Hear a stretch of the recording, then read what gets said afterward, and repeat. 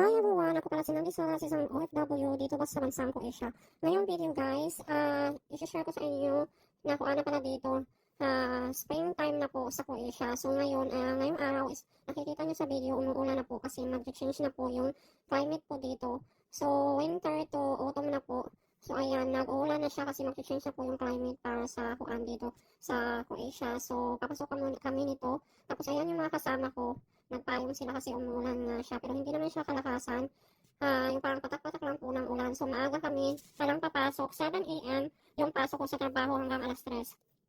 So, yung sa work namin is hindi pa siya malapit sa kalsada. So, malayo pa po yan siya galing sa train station. So, lalakarin mo papunta sa trabaho is mga 5 minutes pa po. Pero okay lang, sanay naman tayo. Pero hindi po siya kagaya po sa Middle East or sa mga yung Croatia po is yung bansang Croatia at saka Middle East is hindi po siya magkapareho in terms po sa service po, yung parang ihatid sundo ka. Dito po, hindi po. So, yung kuan po dito, transportation is more on bus at saka train station.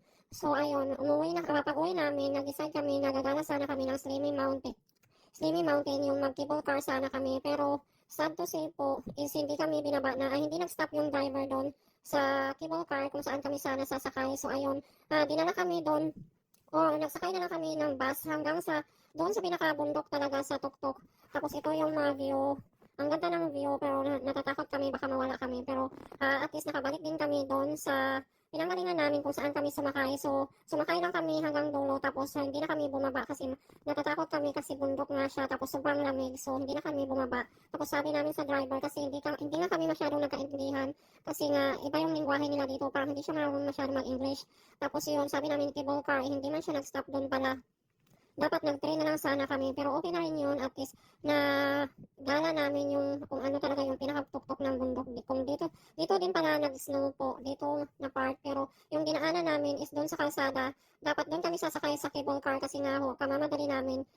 Kasi maaga kaming pinalabas nito ng shop namin kasi wala kaming tao. Tapos ayun, sabi niya, umuwi na kayo ng alas 2.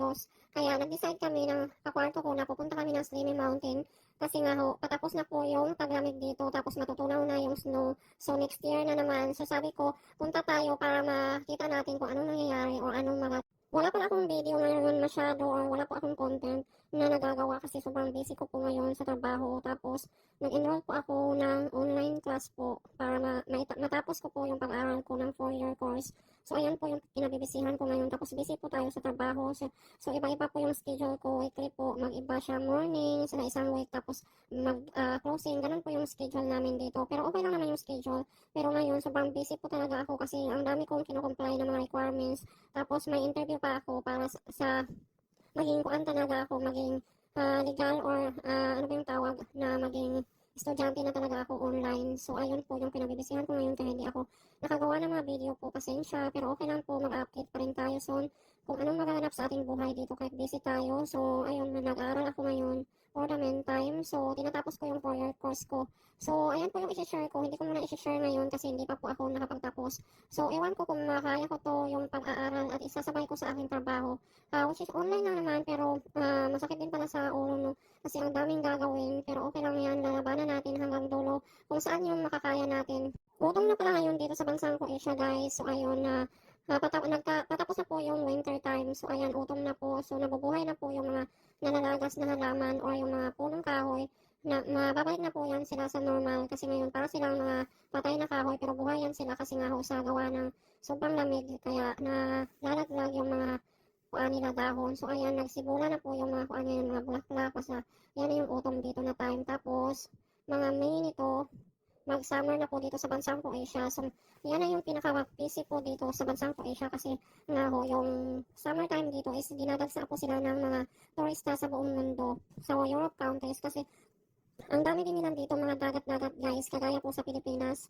Pero hiwalay-hiwalay lang po yung mga dagat nila. Pero yan po yung mga gusto ng mga turista po dito.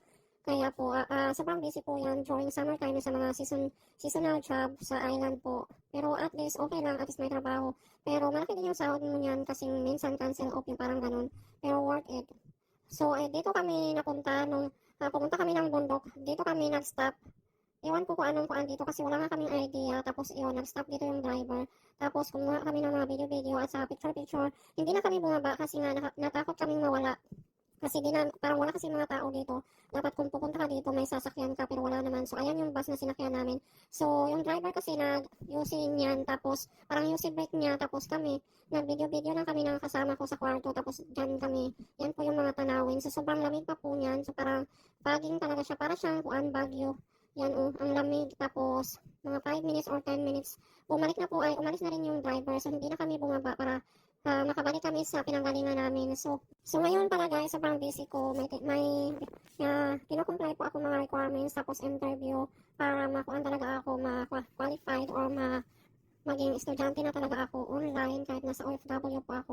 Ito po yung programan sa mga OFW or sa mga may mga experience na mataas na po yung edad, tapos qualified naman po sa na mag-aral online or may kuan din sila yung parang personal class. Pero ako kasi OFW ako, tapos gusto ko kasi makapagtapos na pag-aaral kasi nga ho, yung kapatid ko is patapos na po, which is ako po yung nag-aaral noon. So sabi ko sa family ko, kasi patapos na yung kapatid ko, sabi ko, supportahan niyo naman ako sa mga decision ko kasi gusto ko makapagtapos. So yun, sabi ko kahit online lang, bahala na, kakayanin ko to, maitawid ko hanggang dulo.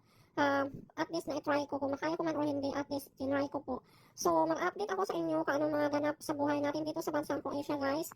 So, marami pong nangyayari ngayong mga bagay-bagay na kailangan natin. Ayan po yung yung halaman po dito na sa Gabni po yan. So, ito po yung autumn time. Nabubuhay na po yung nalalagas dati na mga halaman. Yan po, sumibol na po sila, ang mga bulaklak lumabas na po. So, ayan po yung mga update po sa ating buhay dito sa bansang Croatia. So, kung may katanungan kayo, pwede kayong mag-comment na lang para masagot ko kayo kung may time po tayo. So, hanggang sa muli ng ating mga drama dito sa bansang Croatia. Nagawa pa rin ako ng video pero hindi na masyado kasi nga sobrang busy po natin sa online class. Malalaman nyo yan kung makapagtapos tayo. So, kukunin ko pala itong course ako ng 1 year para matapos ko po yung 4 years. Ewan ko kung makaya ko. Pero itatry ko yung best ko. Isasabay ko yung pag-aaral at pagtatrabaho ko, which is online lang naman siya. Pero mag-update ako sa inyo soon. Bye everyone!